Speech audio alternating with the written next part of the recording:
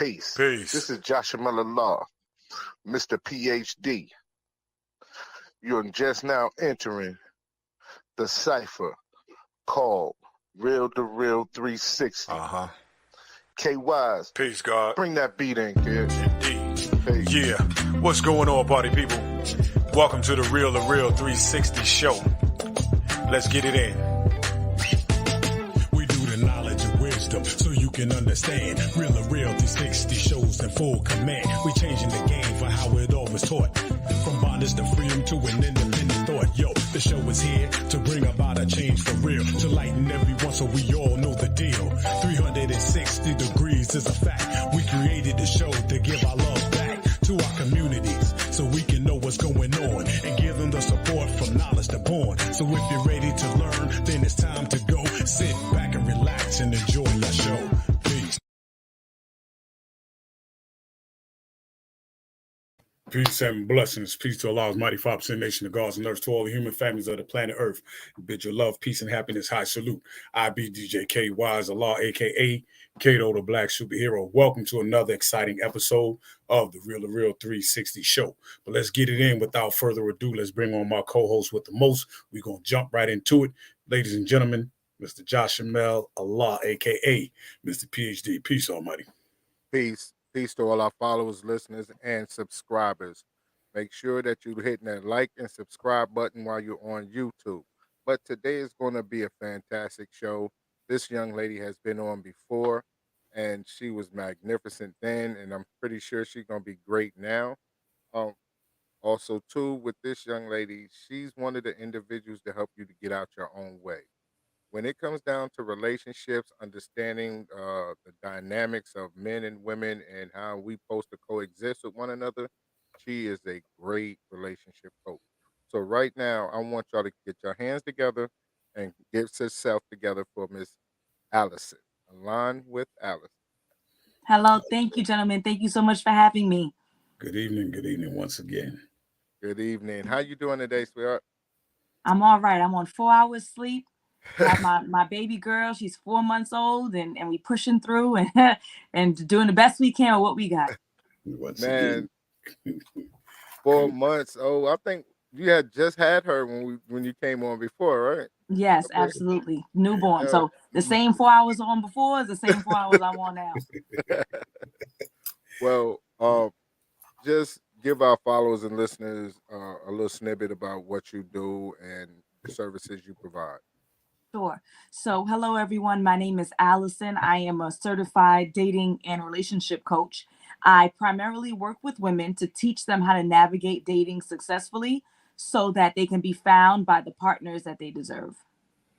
Okay. Now let's jump right into it. What do you see is the biggest roadblock for men and women today when it comes to relationships? Absolutely. I want to say it's social media, and I'll tell you why. Not for the reasons that some might think.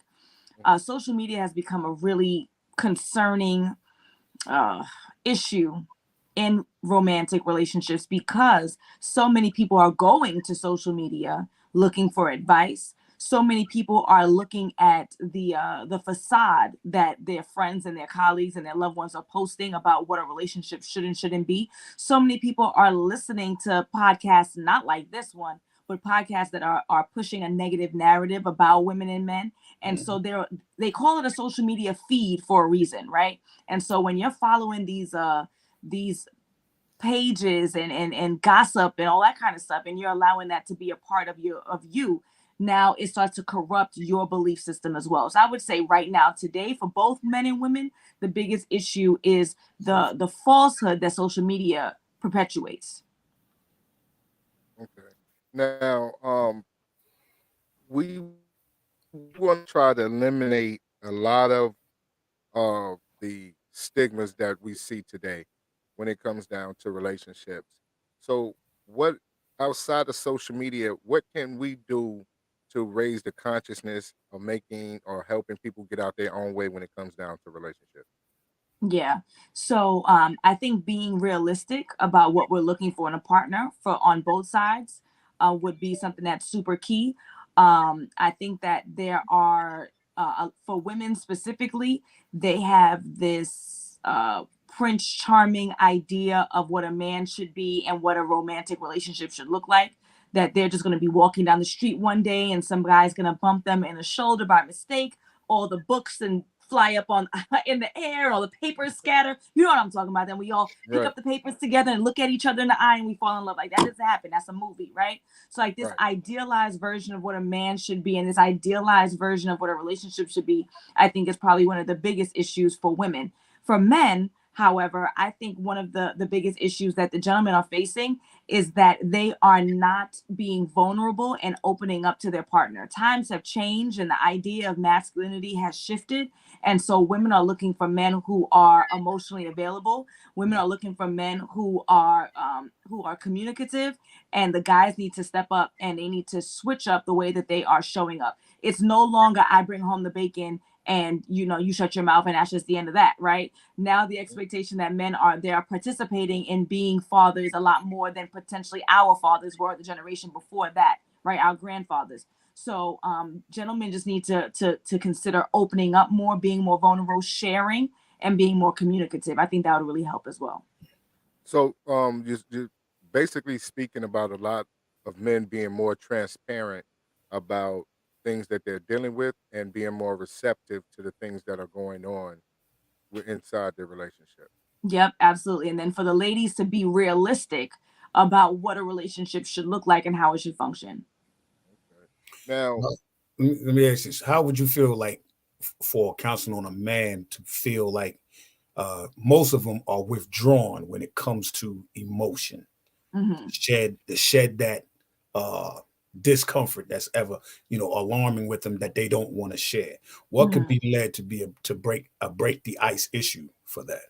I think the gentlemen need mentors. They need male representation in their life, potentially someone who looks like them. So if we're talking about Black men, if they can have an older Black gentleman who's in their life that can guide them, that can support them, that can mentor them, that can let them know that you are still a man, even if you cry, you are still a man, even if you share what you're going through at this moment. And I think mentorship is key. If it rises to the occasion of therapy or counseling, I think that that's key to teach these young men the process of what it's like to express yourself appropriately. The thing is that men are emotional. We just, unfortunately, in society have equated emotion with crying. When a man is angry, that's an emotion. When a man punches a wall, that's an emotion. I'm from New York. You step on a dude's Timbs, you scuff off his Timbs, it's a fight. That's an emotion, right? yeah. So men do exhibit emotion. It's just the emotions that are normally associated with anger or frustration. And we have to allow our boys from the get-go to learn that it's acceptable for you to have the entire range of emotion and to express it. Now, I was going to speak to the emotional side, and also, how about a lot of men are dealing with a lot of trauma when it comes down to relationships, whether it stems from the mother and father relationship or relationships that they've been through in the past, as well as females. How successful can a person be while they still dealing with their own personal trauma and trying to hold down the relationship?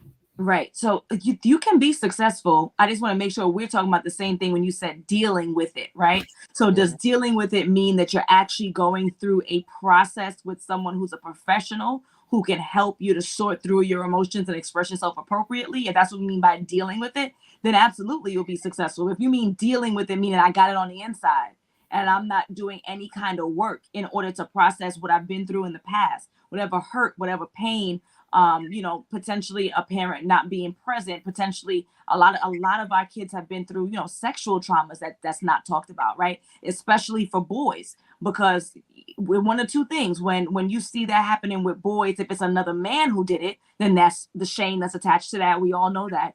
And even if it's a woman, there's this idea that, if you're with an older woman, then that means you're the man. Like, you must have been a fly young man for you to bag somebody older. Nah, you potentially that was against your will. You know what I'm saying? Depending on the age range. And so there's a lot of sexual trauma that's not dealt with. I say all that to say that, can one be successful? Absolutely. If they're going through the appropriate process and they're working with someone in order to process their emotions and their traumas to get it out, to get it exposed to the air so that it can heal.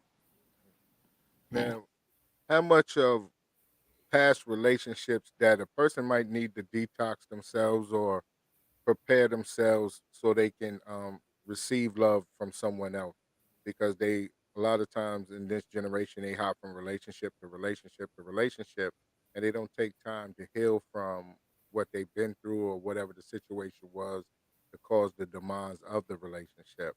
So Mhm. um, how can therapy help them detox themselves from the past relationships and not take it into the new one? Yeah. So I think the first thing is just taking that break, right? So I mean, you don't need a therapist to tell you that potentially you should be taking a break before getting into a new relationship. And then whatever you've gone through, and you might not also need a therapist for this either. Going through realizing the mistakes that you've made. Maybe that means that's journaling. Maybe that means some kind of reflection. There's healing through exercise. There's healing through so many different ways, right? So coming to the realization of where you went wrong in the past so that you don't make those same mistakes again are key. Again, for some folks, they're able to do it on their own. They can be reflective, they can be honest, they can say, this is what I did wrong and I'm not going to repeat it again. For some folks, they need a little bit more insight. And then that's where a professional will come in and help them by asking questions, for doing some digging to figure out, why do you behave the way that you do? And then how can we change those behaviors moving forward? Now, Stress, upon self God is beautiful. The stress moment is one of the most largest factors in relationships, dealing Mhm. with stress or how to. So, what is a main coping mechanism to handle with stress? Right, absolutely. So, there's the obvious ones. Like people always talk about exercise as a way of dealing with stress. You know, and I think that's key and that's great. But what I would say is, I think it's really important that you know that you have a partner in this thing. So whatever is bringing you stress, if it's the kids who are overbearing, the supervisor at work who is giving you too many tasks and not enough time and not enough pay, finances, whatever it is, if you know that you have a true partner in life that can help you to get through whatever that thing is that's bringing on that stress, I think that is the number one way for you to be able to cope. For my single people, again, we talked about exercise. There's yoga, there's other methods like that can help you to reduce your stress. I Talk therapy is also very helpful as well. Journaling is helpful. The arts. If you're into music, if you're into poetry, writing is a very powerful tool, even if it doesn't have to be poetic and well written in that way, but just journaling how you're feeling and getting out your emotions that way can really help to reduce your stress. now, how much of being able to take accountability for the parts that you play in your relationship, and we're not talking about just your role, but in most relationships, everybody's willing to accept the good part, that of the fun times and how they Mhm. contribute to the fun times, but the accountability of the rocky part. What part did I play in that? How much is the accountability for that, which is I think is major. Yeah, I agree with you. I don't think that there is any way that a couple can survive unless both parties are willing to take responsibility for the parts that they play in the relationship. And I don't think that one can be successful moving into the next relationship until they take accountability for where they went wrong in the past. If I could just take a moment though, because we were talking about social media earlier, and there's a message that really annoys me with in social media where they talk about women don't normally take accountability. That women, they're very hard pressed to take responsibility for the mistakes that they make, and I just don't think that that's true. And I want to dispel that. I think that people, both men and women, have a hard time facing the fact that they've made a mistake. Nobody wants to make a mistake. We're taught from childhood when you make a mistake, you are wrong and potentially bad and potentially even stupid. When you're in school, you get something wrong on the test, the teacher has a big red mark X. You fail the class because you got it wrong. The kids laugh at you because you got it wrong. We're taught in society that we're not allowed to make mistakes. People make mistakes, they go to jail for time and again. You know what I mean? So we're taught in society that making a mistake is a bad thing. So it's not outrageous that as adults we have a hard time accepting when we made a mistake, and we definitely don't want to voice it to others because we feel like it's undermining our intelligence, undermining our authority. And so I think it's a person thing, not a woman thing. And as a result, we all need to work on teaching our kids it's okay to make mistakes. We learn from those mistakes, we apologize to those that we've hurt, and then we keep it moving. Mm, okay. Now, with that being said, how much of sitting down and really being transparent with individuals, because a lot of times people internalize the issue and they wait until they explode. They just Mhm. hold it in, hold it in, hold it in.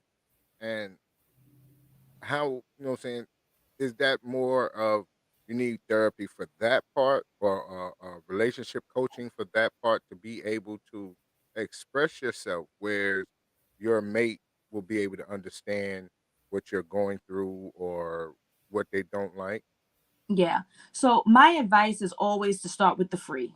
So if you Hmm. could YouTube it, right? Right. How do I reduce stress? How do I improve the communication with my partner? If you can YouTube it, then YouTube it. Like try to figure it out on your own. Especially if funds are limited, right? But you still do want to save this relationship and you do want to work on becoming a better version of yourself. And if you're unable to YouTube within weeks, if you're unable to get some kind of resolution or going towards the right direction, then yes, I would advise that you reach out to someone that you think is a good match for you. The advice that I give people, especially couples, the advice that I give them is whichever party is more hesitant, whichever party does not necessarily want to go and see a counselor, that is the gender and the race of your professional. So what do I mean by that? There's a man and a woman in a relationship. The man says to his wife, babe, I think that we should reach out to somebody. We should see if we can get a counselor who can help us, right? She's like, nah, I don't want nobody in our business. He says, come on, babe. She says, fine, whatever. So she's the hesitant one, right? I think what he should do, and what I recommend that people do, is go find you a female counselor, her race, close to her ethnic background, because what's going to happen is that if you don't, and you find somebody who's the opposite gender, they're going to say, oh, well, he only agreeing with you because he's a man, and Right. he agreeing, right? So no, I'm going to find somebody who's just like you. So if they're just like you, I'm talking about culture. If you could find a Caribbean, an African, a down, like as much close to your partner that's hesitant as possible, then it can't be she's agreeing with me, just because it's not. She's looking at the situation at hand and she made a decision that this is the most appropriate next steps. So again, if you can do it on your own, if you can YouTube it, you want to save some dollars, you got some time, your relationship is not on the brink, right? We can't do it when our relationship is on the brink. You got to try to save it before then. If you're on the brink, you ain't got time. But YouTube it. Then in a couple of weeks, we're still having the same issues. Reach out to a professional, but again, find a professional that is as similar to the most hesitant person in the relationship. That's good. That's good right there. Now, Wow. with the relationship, and we talk about accountability and how to be transparent with our Mhm. mate. We done touched on it, but how much is it now that if a person been through so many relationships, that it's not about love anymore, that it's about um being secured in it, you know what I'm saying, security, finding security more than love. Do you see that a lot in a relationship? I don't think it's more than love. I think that it's goes with love, and I have to tell you that I don't think there's anything wrong with that. I think that gender roles are important. I think that everyone should know what their role and responsibility is, and sometimes those roles will be dictated by the way that someone's been socialized because of their gender. So what do I mean by that? So women are socialized in a particular way, and men are socialized in a particular way. And because they're socialized that way, they grow up to be particularly good at certain things over others. Does that mean that the woman has to be the only one who cooks or cleans or child rears? Absolutely not. Does that mean that the man has to be the only one who works? Absolutely not. But there are going to be certain skill sets that a woman may bring to the relationship or that a man might bring to the relationship. And so that needs to be made clear. What are our responsibilities to each other as human beings? Potentially what our responsibilities along the lines of our goals, along the lines of our gender, along the lines of our culture, and then you move forward with that accordingly. So establishing what your expectations are, establishing what you'd like to offer, like, hey, I'm good at this. I'm the woman, quote unquote, but I'm really good with finances. And look at your credit score, look at mine. I think you should let me, right? And then we'll laugh about it and we'll move forward. But Right. I think that's really key.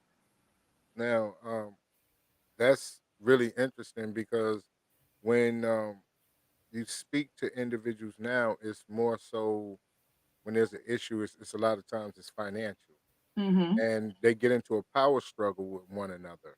How can you alleviate the power struggle, Hmm. and sit them down and get them to see about their relationships? What's the pros and cons of what's going on?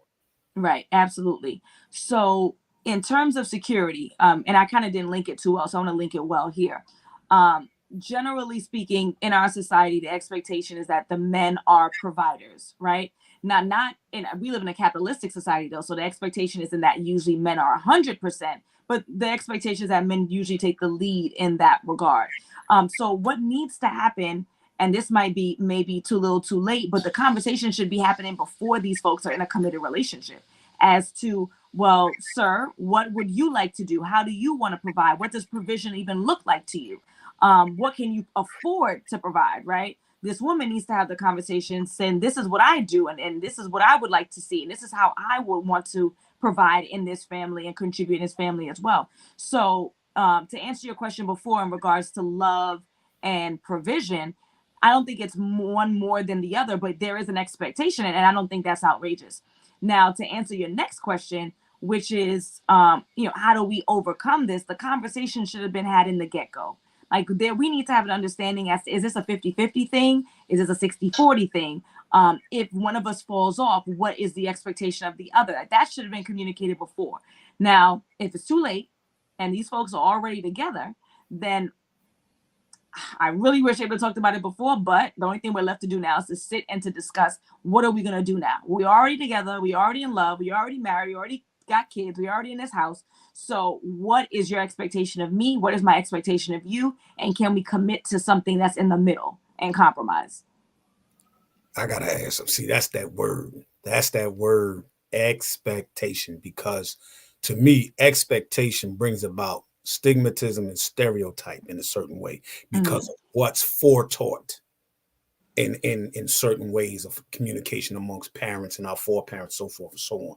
Because we have that, like you say, the man is supposed to be the breadwinner, or the physical, the more strong, this, that, and that. You have some men that are not dominant as far as handling situations towards when a woman would, but a Mhm. woman in the mindset is expecting the man to be a man. Well, how are you going to expect this to be a man of man, like you said, if you don't set the precedence ahead of time, Yes. because you're assuming already without finding the facts and truth about each other as people coming into relationships. Most of the time, we expect to think that because my dad was this way, I expect you as a man to be almost like my dad. Yes. And that's what causes a lot of miscommunication, because we're not looking for the person to be the individual who they are so that we can develop each other within that aspect. That's what I'm saying, because that's why that word expectation can make or break most relationships. I agree. I agree. Coming into a relationship with an expectation, which everyone does. Every relationship you have an expectation. You expect your friend to listen to you when you're upset. You expect your supervisor to sign the check. Like there's always an expectation. But when we don't communicate the expectation, that's when it's problematic, and communicate it early. A lot of times folks are quote unquote falling in love, building families, building legacies, and then they come across hard times. And now it's a conversation about, well, I thought you, nah, we can't do that. Like these are things that people should be talking about early. And a lot of times though, women, I'll tell you this, women are afraid to have those conversations early because they feel like they're going to chase men away or push them away. Oh, she's too aggressive, and she's too demanding, or you're going too fast. Let's just go with the flow. I tell my ladies, we will not go with anybody's flow. I don't go with the flow in anything in my life, in my career, in my education, in my relationships with my parents, my siblings. Everything is intentional. So then why would I get with a man, the most important person to me in my adult life? The most important relationship that I have is who I would marry. And why would I go with the flow and see where it goes? Absolutely not. We need to be intentional about our conversation. Like you said, you grew up with a father, you didn't grow up with the father. You grew up with the mother, you didn't grow up with the mother. How has that impacted you? What are your expectations of women or men moving forward? Your daddy paid all the bills. That means you want me to pay all the bills. Your mama stayed at home and didn't work. Does that mean you think you're going to stay at home and not work? Let's talk about it. And there's no judgment. It just, we have to decide if we are in alignment. Does that match what you're looking for? Because perhaps this guy wants a equal partner. He wants someone who's going to work just as much as him, and hopefully he contributes in the household equally, which is one of the biggest complaints from married women, is that they're contributing equally in the finances, which they're okay with. This is America, it's capitalism. In order for homes to be able to flourish, many times you do need two incomes, but then they're coming home and they're taking care of most of the home responsibilities. That's outrageous and that's not fair. So anyway, back to your point, go on my little tangent. But for the gentleman who's listening, wash some dishes tonight, take care of the baby, stay overnight, change some diapers, all right? And guess what? Your wife is going to appreciate you, and she might give you a little some extra for showing up, okay? But anywho, to go back to your point, expectation. And the problem is, though, is not being made clear early in the game. Appreciate it. Mm-hmm. Now, how is it when you're trying to blend a blended relationship where you come in with children, they coming in with children? When is it okay for that person to meet your child, for those children to meet each other, and things like that? That's an excellent question. So let's talk about an ideal world, and then we'll talk about reality. So an ideal world, what should happen is that the parents of these children should be meeting each other before the children are meeting the new boo, right? Mm-hmm. So you have a couple that's separated on one side, a couple that's separated on the other side. They're obviously all single parties. They start dating again. Someone seeing someone that's significant. They're good, getting into a committed relationship. It should be, hey, James, hope all is well. Let me let you know what's going on. I'm seeing someone. I'd like for you to meet him. Because in what it should be is that this person should give you their blessing. Now, we're not depending on them to give you permission.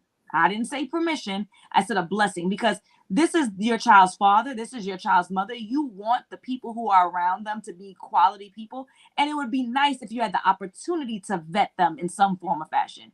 I wouldn't want my kid coming home and saying, mommy, I met daddy's new girlfriend. And I didn't meet daddy's new girlfriend. And this woman will be feeding my child potentially, right? Will be, depending on the age, might be bathing them, putting them to bed, helping them with homework, driving them, dropping them off at basketball games. Like, I want to know who this adult is, who's going to have an impact on my life and my child's life. So in an ideal world, these people should be meeting each other first.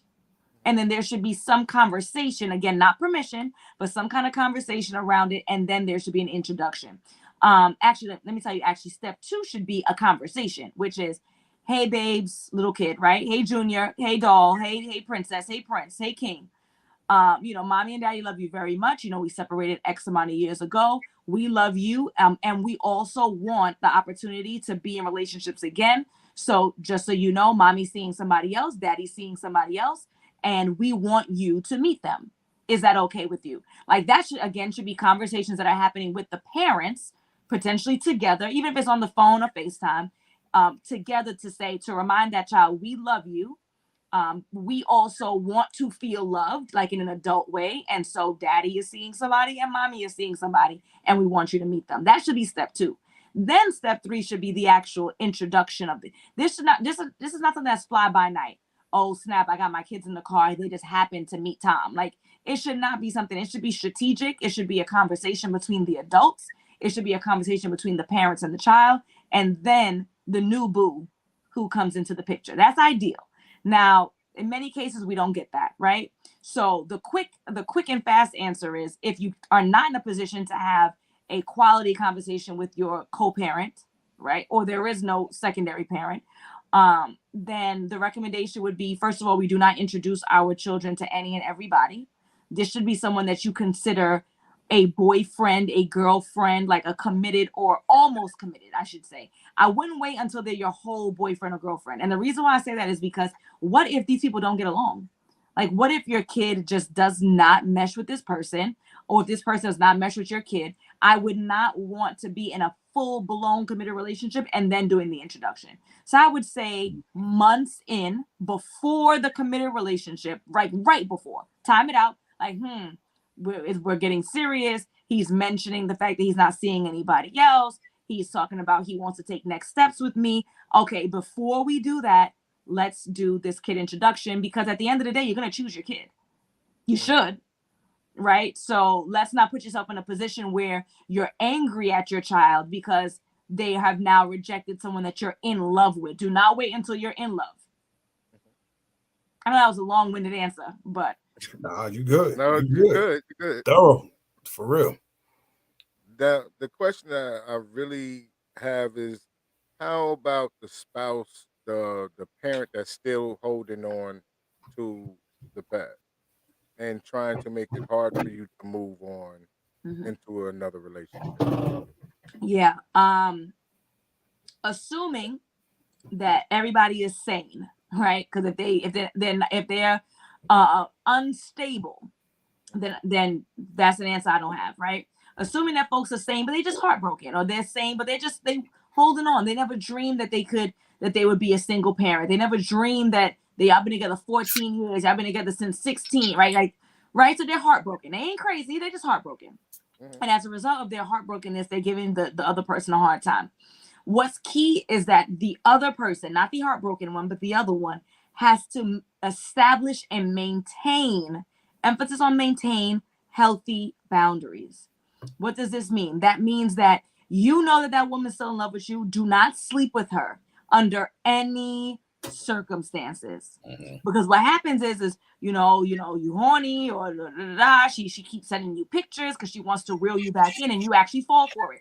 Don't do that. If you know that this person's in love with you and you know that you won't have no way about you ain't getting back with them, you have to establish and maintain the boundary of, I'm not going to sleep with her, because I know if I do that, then she's going to have this false impression we're going to be a family again. And when you do that, you're playing with her emotions, and you know better. So don't do that. That's number one.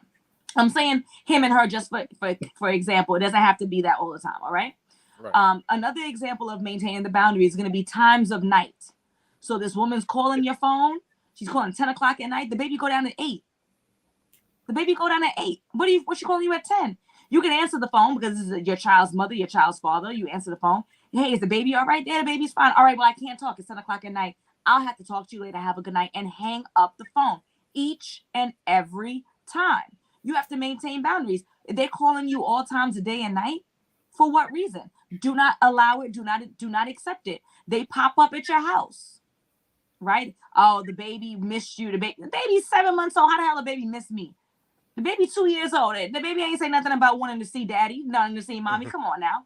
And so, not that you're going to slam the door in your child's face, but you're going to open the door and you're going to say, right, because you don't want to especially disrespect the mother or father of your child in front of the child.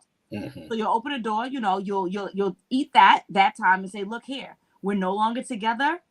I don't want to have to establish visitation and have a schedule. I want us to have that fluidity, but it can't be the pop-up. That's what we can't do. And if you can't respect that we can communicate and have a conversation and have flexibility with visitation, then we'll go to court and we'll establish it. But what you're not going to do is pop up any old time. You know my old lady's here. You know my man is here. It's going to cause conflict. So again, establishing boundaries and maintaining them in terms of communication, in terms of visitation, in terms of financial, right? She can't be ringing on your phone, asking for $100 every other day, and you just giving it up, but she don't even need it. Now your new woman is like, come on, you're pouring resources beyond the needs of the child, clear as day beyond the needs of the child. I'm not talking about the child who's in need. Out of this household, this is ridiculous. Now you got conflict in your house. Right. Maintain the financial, the sexual, the communication, all those boundaries. That's how you can help that person to move on. Now, how do the two parents are co-parenting well, and the other spouse has insecurities about the co-parenting? How do you address that without getting into conflict or anything like that? Yeah. So you want to give this person as much transparency as possible. And by saying that, I mean potentially, if there's a group chat, maybe it's me and my husband, me and my new husband on the group chat, and then my children's father and his wife on the group chat. So everybody's seeing what we're all talking about, what we're all planning. Everyone has the schedule, right? Maybe there's a family calendar, like a Google shared calendar. So everybody sees where everybody's supposed to be, when they're supposed to be there, who's picking up the kid, who's dropping off the kid, right? So there's transparency in that way. Try not to be secretive. If you can leave your phone unlocked, even if they don't necessarily have to go through it, but just so they can know that if she's leaving it unlocked, then more likely than not, she has nothing to hide. But just including them as much as possible. But I will say this, it has to be within reason. Like, what you're not going to do is be accusatory to someone and make them feel as though they're doing something wrong and they've never done you wrong, right? So then we need to have a conversation about your own personal insecurities. Have I done you wrong that it makes sense that you're over the top in your lack of trust? Because then it may have had nothing to do with me, and it had nothing to do with my, in this example, child's father that I'm not with, right? Maybe it has to do with them, and they need to do some work on that. So how because that can damage a relationship between the child, the co-parenting, and things of that nature with the insecurities of the new spouse. Mm-hmm. Now, how can you honestly like sit there? Is it ways that you can sit down, like you said, through the group text about sitting down face to face, being transparent, things like that? Yep. We can have family meetings. Family meetings are very useful as well. So maybe we do, the last Sunday of every month, we sit down, we talk about what's going on with kids in the school. And this is, again, all the new spouses, the old couple, the potentially the kids, depending on how old they are, they can participate. If you have family meetings as well, that also gives the person some security in the fact, well, if he was running around behind my back sleeping with this woman, what's the likelihood that she'd be sitting in my house right now smiling like it's all good? Women are not normally very good at hiding their emotions in that way.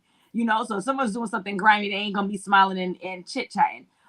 So having maybe potentially monthly, bi-monthly meetings, so all the adults are on the same page. And that also helps with the general child rearing as well, because when the kids know that all of the adults are on the same page, they're less likely to play games of, mommy, I'm sleeping at daddy's house, and then daddy, I'm sleeping at mommy's house, and in reality, they're at their boyfriend's house. You know what I'm saying? So they can't play those games when the parents are all on the same page. Even the extended family, the stepmothers, the stepfathers.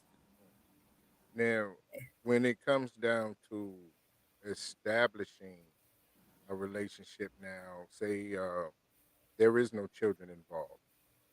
It's just I'm just meeting you, we're talking, and you need help. You need help.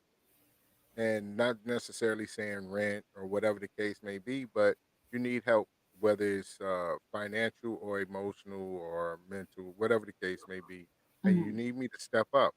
So when I step up, how is it like to be addressed? Like, I want to support you, I want to be there for you, I want to establish a foundation that we can grow on, right?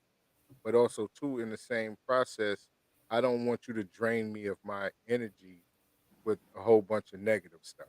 Right. So I think something that you said was key is that these two people have just met. I Right. think having an expectation that somebody is supposed to be your support system Mhm. for people who aren't even officially committed is over the top. And I implore men or women to run. Like, if you're just meeting someone within weeks or months and they're asking you for rent money, or they're relying on you as being their go-to best friend that they tell all their secrets, like, come on, man, we're new in this. If you're gonna be so needy now, I can only imagine how much more needy you're gonna be later on, how much more you're gonna rely on me later on. And we ain't there yet. We're just not there. It's very strange when you see these stories of women asking men for money on their second dates. Like, it's inappropriate, right? Or in any case, any example of relying on someone or leaning on someone so early in the game. So what I would recommend for men and women, if you are talking to, meeting, just beginning to date, not in a committed relationship with someone, and they seem extremely needy emotionally, they're just pouring out, telling you their whole life story, every trauma they ever been to, you're on their first date, like it's strange, it's inappropriate. And so you need to run. I'm gonna be honest, you need to run, because this is not gonna end well. She said, "Run for the border, baby." Yeah, right. Yeah, Yo, toxicity is crazy. You know, um, they understand, especially when people are bringing old baggage into new chapters. Mm-hmm.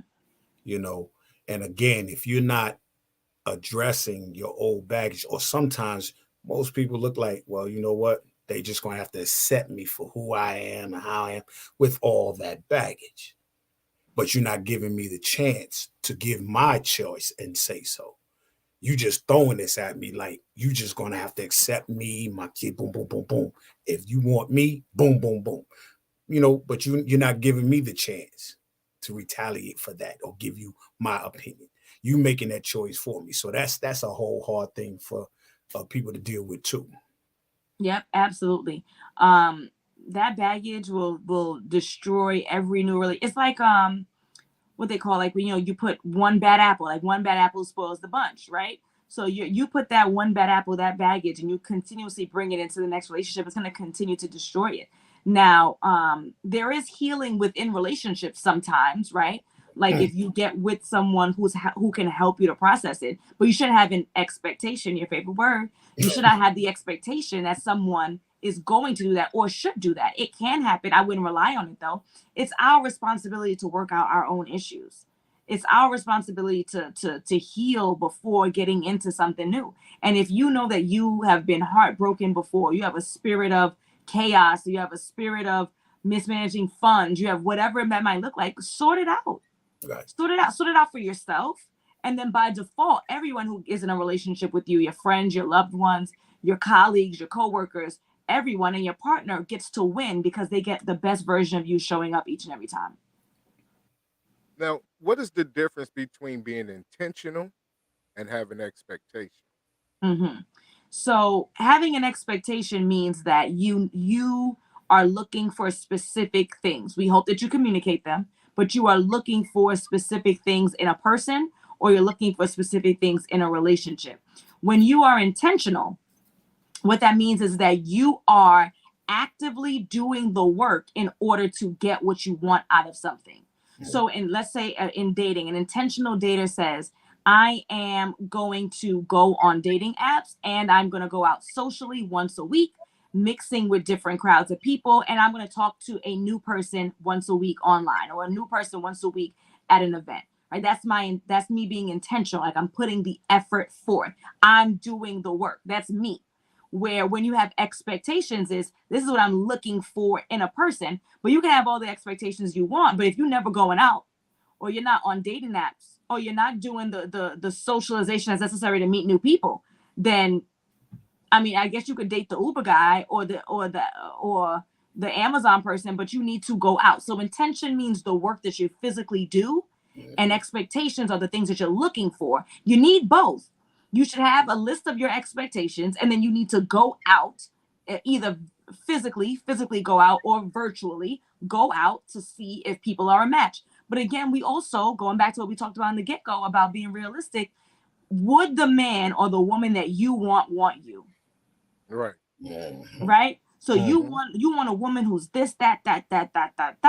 Would that type of woman want you? You want a man who's blah, blah, blah, blah, blah. Would that kind of man want you? Or would he have thousands, or would she have thousands of other men or women who are ready to step up, who are ready to be better versions of themselves, who are ready to be more fit, who are ready to make more money, whatever that might look like, who would be chasing after them? We got to, I'm telling you, we got to stay in our lane. I know that's not nice to say, but a lot of folks don't stay in their lane. You Right. think that I'm going to go and try to bag Idris Elba? Like, I'm pretty, but come on, right? Like, I ain't in Hollywood. I don't roll in that circle. I may have a chance, I may not, but I'd rather stay in the lane of the types of men who are in alignment with me. Hmm. Does that make sense? Yeah. Absolutely. Yep. Absolutely. Now, when we sit here and we dating, how much of transparency do individuals need to speak on about past promiscuity? Mm-hmm. Um, I'll tell you this, and it's not an answer that I think a lot of the people are gonna like. I think after you've taken your STD test, Mm-hmm.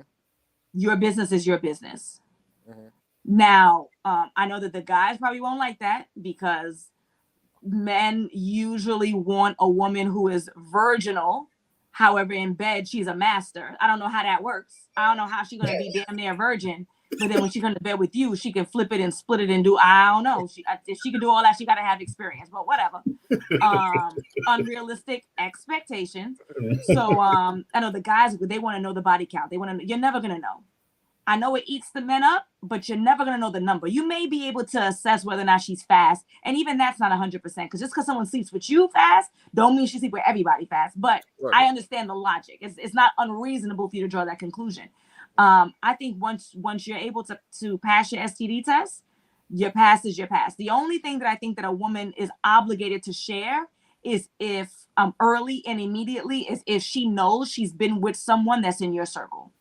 Because what she shouldn't do is put a man in a position where he's embarrassed. So you slept with his friend, you slept with his cousin 20 years ago back in high school. That you should be upfront about, because don't ever put any person, and especially a man, in a position where they feel embarrassed in front of their boys. But other than that, we all adults here. We all got numbers. How many notches on the belt, we're never gonna really know. Just make sure that you're getting checked out before you engage in any kind of activity with somebody new. Now, I know, like you said, like men ask those type questions or what have you, but really don't want to know the answer. Mm-hmm. Just being honest. Like, I don't know no man who wants to picture his spouse or his mate in certain, positions or what have you. Mm-hmm. So, me personally, it's none of my business. Mm-hmm. That's just the way I look at it. Because unless you still promiscuous, what I'm saying, today, that's one thing. But what Mm-hmm. happened prior to, I think, needs to just stay there. Like, not what happened with your baby daddy, not what happened with Joe Smo next door. You know what I Mm-hmm. mean? When Bobby Brown was coming through with the tour, how you went in the back room with him. You know what I mean? I don't, what I Yeah. mean? Just don't want to know those type of situations. And how much is sexual encounter meaningful in today's relationships? Instead of getting to know a person, they're more than likely quick to know their body before they know their mind. Oh yeah. I don't know if there's a rush to sex more than before. I think each generation likes to believe that we were so much better. We were better parents than these kids. All these kids are letting their kids get away with murder. They ain't parenting it. This generation is at 7 different kind of genders. We ain't have it like that. We like to always think that we did better than our parents, think that they did better than us. Mhm. So and on the low, on the super low, I mean, I'll share this because I'm nobody in my family is gonna, no older person in my family is gonna see this. Like, my grandmother had 3 baby daddies. She was born in 1925. You know what I'm saying? So people like to pretend like having multiple baby daddies is a new problem, or teenage pregnancy is a new problem. They was knocking it down back in the days too. So I don't know how much of it is, this is a new issue of how quick we ought to have sex. Maybe back in the days they was doing the same thing. I don't know. The thing is because of social media, because of podcasting and other forms of communication, we just share the stories more openly. Maybe we telling our business a little bit too much, right? We got vlogs and Facebook statuses and all that types of stuff. But I do think that we do rush, but I don't know if it's a generational thing. It might just be a people thing. I just don't know. I would like to piggyback on something he said, because that kind of goes back to a show we had previously. The truth of lightning about coming into a relationship where you may be involved with somebody, when we're talking about STDs. Mm-hmm. Of course, what happened to them happened to them. You don't have anything to do with it. But however, in the communication status of coming together, Mm-hmm. and you feel you want to move forward in a relationship with this partner, Mm-hmm. should or should not the person, if this person has a permanent attached STD, shouldn't they be upfront right at the beginning, or do you feel that they really should wait?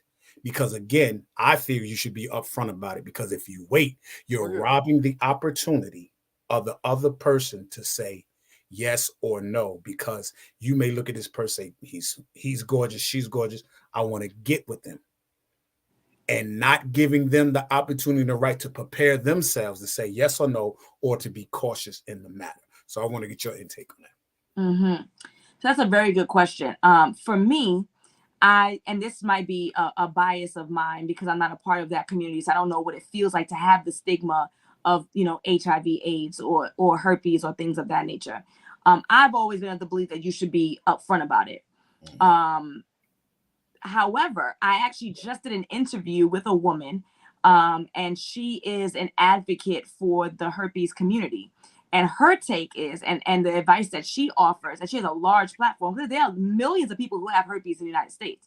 Yes. Her advice and her platform states that she says that she does not believe you should be upfront about it. She says that she believes and she advises that you share statuses before you have sex. And she said, well, we were just talking about that people are too quick to have sex. That's the problem. So she said that hold off. Don't share it immediately, but absolutely share it before you're intimate. My point is that, but now this person is invested emotionally, right? So if you did hold off for 3 months, you held off for 6 months, you held off for a year, whatever that is, this person's invested emotionally, and now they're stuck between a rock and a hard place, because do they end things with you, right? Or do they stick through it and then risk themselves? Even, I know there's plenty of medication, I know there's plenty of ways to protect yourself, but it's still not 100% as it would be if the person did not have that diagnosis, right?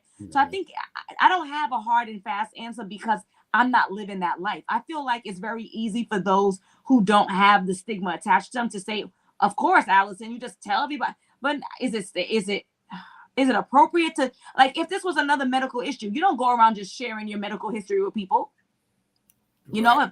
So it's hard. I think I would like to think if it were me, I would share it up front, but I can understand the struggle that those that have the diagnosis have with being that upfront. But of course, the answer always is at minimum before both parties are sexually intimate. It ain't no if, ands, or buts about that.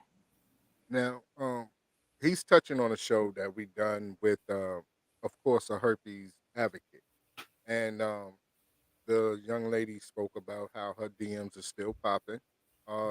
How, you know what I'm saying, when you get a certain age, majority of individuals have some form of herpes, one way, shape, form, or fashion. Um, which is interesting within itself.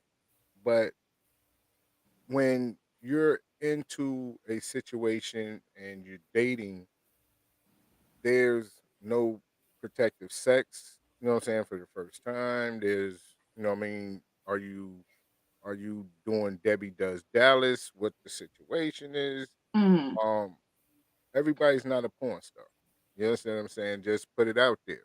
So you should, to me, you should be transparent, and that deals with transparency because herpes and any other type of disease, a lot of times are transferred through saliva and things of that nature. So you might can get it from kissing because you never know on the inside of their mouth do they got a breakout, Mm-hmm. or while you having sex or they bent over and she got a breakout, you know what I'm saying, on a butt cheek. It's not Mm-hmm. necessarily, you know what I'm saying, on the vaginal, you know what I'm saying, area or whatever the case may be. It could even, like she said, it could be on her fingertips. So wouldn't that, you know what I'm saying, you would want to be more transparent. Yeah, I would agree. I think we must have spoke with the same person, because she actually gave the same example. But I mean that would be my logic. But again, I think it's easy for us to say. It's easy Right. for us to say, oh yeah, I would tell everybody 100% upfront, and then we're the ones who feel ostracized. We're the ones who are forced to feel dirty. We're the ones who are kind of left out on like, oh my God, you got herpes, you're nasty, you must have done, so it's easy for us to say because we're the ones who are going on the dating scene without those stigmas. But the folks who have the stigma, they're going to have a different impression. So I understand their struggle, I would like to think that I would be 100% transparent from the absolute get-go. But I know for a fact that I would never engage in sexual activity without sharing that with a person if it were me. Well, I'm gonna say this: we're close to the end of the show because I know you got a hard press for 7. But we want to say thank you for coming back. And as always, it's like amazing. You know what I mean? The way you formulate everything and you bring everything to light. And we want to thank you for coming on. Absolutely. Thank you, gentlemen. I really appreciate you. I can't wait until we're on again. Definitely got to keep you coming back. If we don't keep nobody else, we got to keep you coming back. Thank you so much, guys. I appreciate you. Peace to the family and the newborn. Y'all be blessed, for real. Thank you so much. Definitely. Like, ladies and gentlemen, you just witnessed and just been a part of the great Line with Alison. Make sure that you tap in with her on Instagram. And where else can they tap in with you? Everywhere. YouTube, TikTok, Twitter, Facebook, but Instagram is my home. That's my buddy. Right there. And she goes live and she educates a lot of people all the time. But want to thank you for coming on. Yes, thank you so much. Have a good one, guys. Have a good one. Bye. Hey, also too, ladies and gentlemen, want to say thank you and shout out to our sister, Ms. Lynn Meyer. Yes. You know, she had a great write-up in Canvas Rebel magazine talking about, her practice of HRT, healing, restoration, and treatment. And also, too, she will be in Voyage Dallas. That's another magazine, another outlet that will be interviewing our sister, Lynn Meyer. And, of course, Real2reel360 is family. She's family. So it's always love, and we always support each other. Once again, thank you. And also, too, KY's cousin just received the award. You know what I mean? So, Kay, you want to tell the people how that happened? Well, she received the best nurses practitioner nurse, that is, award in Dillon, South Carolina, for her work in the community and everything. So I just want to give her a special shout out and a blessing to that recognition for people making a change in our communities. And we want to extend that to everybody on our show. Excuse me. If you know of anybody doing great things and great works in the community for our people, hit us up, email us, let us know, because we want to showcase not just what we're doing right now with our Southern Soul, but all platforms. We started this in that same manner. So we want to make sure we let everybody know there's good people out there doing great things. And we want to acknowledge everybody for all they do. All right. So that's all I got to say about that. But yes, one love, cuz you know what? You're doing good. Keep up the good work. People acknowledging you and seeing you for what you do. All praises due. Peace. Peace. Yo, right now, you already know what time it is. We got to get ready for our next show. We got King Russell coming on at 8 o'clock. So make sure you tell a friend that Real2reel360 done kick that door in. Hey, Wise. You know it. Peace and blessings to Allah's mighty 5% nation of gods and nerds. Once again, to all human families of the planet Earth, Real2reel360 bids you a love, peace, and happiness salute. We'll see you when we see you. We are out. Peace. Yo, ladies and gentlemen, we're starting to come to the end of the show. Right now, I want to take the time out and thank our guests for coming on. Also, too, we want to make sure that y'all listening and subscribing and tell a friend and keep sharing, because we're going to keep bringing y'all the real content. You know what I mean? So, DJ KY's, my brother, take us up out of here, son. Peace. I want to give a big shout out to the nation of gods and earth, to all the human families of the planet Earth. I say peace. But to our subscribers, those who continue to watch and listen to the show each and every time we come on, I give a big shout out of love, peace, and happiness to you. To peace, the man, woman, and child of the you in our verse. It's time for us to disperse. We bring the best, not the worst. We thank you once again for tuning in to the Real2reel360. Bring a friend to hit that like and subscribe, so we continue to grow, to bring more knowledge and wisdom to you upon our show. You make it possible for us to do what we do. Now it's time I end it just the way I bring it.